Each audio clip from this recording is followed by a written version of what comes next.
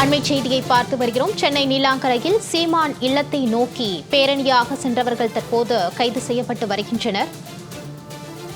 சென்னை நீலாங்கரையில் சீமான் உருவ பொம்மையை எரித்து போராட்டம் நடத்திய பிறகு பேரணியாக சென்றவர்கள் தற்போது காவல்துறையால் கைது செய்யப்பட்டு வருகிறார்கள். பெரியார் உணர்வாளர்கள் நூற்றுக்கணக்கானோரை தடுத்து நிறுத்தி காவல்துறை கைது செய்து வருகிறது. அண்மை செய்தியாக பார்த்து வருகிறோம்.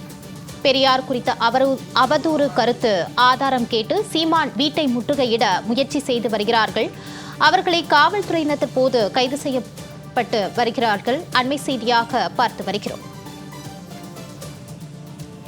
பெரியார் குறித்த அவதூறு கருத்துக்கு ஆதாரம் கேட்டு சீமான் வீட்டை முற்றுகையிட முயற்சி செய்து வருகின்றனர் பெரியார் ஆதரவாளர்கள்.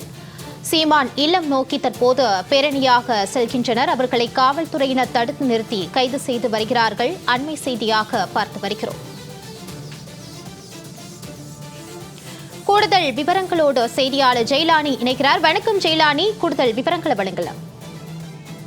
மாலத்தில் நாம் தமிழர் கட்சியின் ஒருங்கிணைப்பாளர் சீமான் பெரியார் குறித்து அவதூறு கருத்து பேசியதாக மே 17 இயக்கம் மற்றும் பெரியாரின் ஆதரவாளர்களின் கூட்டமைப்புகள் சார்பில் 30க்கும் மேற்பட்ட அமைப்பினர் இன்று காலை முதலாக போராட்டத்தில் ஈடுபட உள்ளதாக அறிவித்திருந்தார்கள். அந்த அடிப்படையில் தமிழகம் முழுவதும் இருக்கக்கூடிய பெரியார் ஆதரவாளர்கள் தற்போது நீலாங்கரை பகுதியில் சீமான் வீட்டின் அருகே திரண்டிருந்தனர். காலையிலிருந்து திறந்ததால் இந்த பகுதி முழுவதும் பரபரப்பான சூழல் என்பது நிலை வந்தது.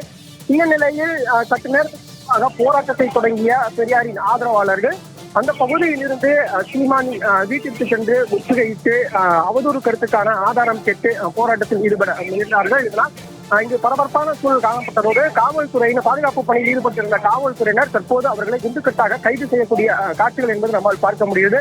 சுமார் 1000க்கும் மேற்பட்ட பெரியார் ஆதரவாளர்கள் தமிழகம் எங்கும் இருந்து சீமான் வீடை முற்றுகையிடுவதற்காக வருகை தந்திருக்கிறார்கள். இந்த நிலையில் காவல்துறையினரும் 1000க்கும் மேற்பட்ட காவல்துறையினர் இங்கு பாதுகாப்பு பணியில் குவிக்கப்பட்டிருக்கிறார்கள். சுமார் 30க்கும் மேற்பட்ட வாகனங்கள் போராட்டத்தில் ஈடுபடுபவர்களை கைது செய்வதற்காக நிறுத்தி வைக்கப்பட்டிருக்கின்றன. இந்த நிலையில் போராட்டத்தில் ஈடுபடக்கூடிய சில பெரியாரின் ஆதரவாளர்கள் சீமானின் உருவ பொம்மையை எரிப்பதும் அதே போன்ற அந்த உருவ பொம்மையை துறப்பத்தால் அடிப்பதும் உள்ளிட்ட வகையில் போராட்டங்களை முன்னெடுத்து வருகிறார்கள். அது மட்டுமல்லாமல் சாலையில் அமர்ந்தும் தர்ணா போராட்டம் மேற்கொள்ளும் வகையிலாக அந்த போராட்டம் என்பதனை முன்னெடுத்தார்கள். இந்த நிகழ்வு சாலையில் அமர்ந்தவர்களை குண்டுகட்டாக கைது செய்யக்கூடிய நடவடிக்கைகளில் காவல்துறையினர் ஈடுபட்டார்கள்.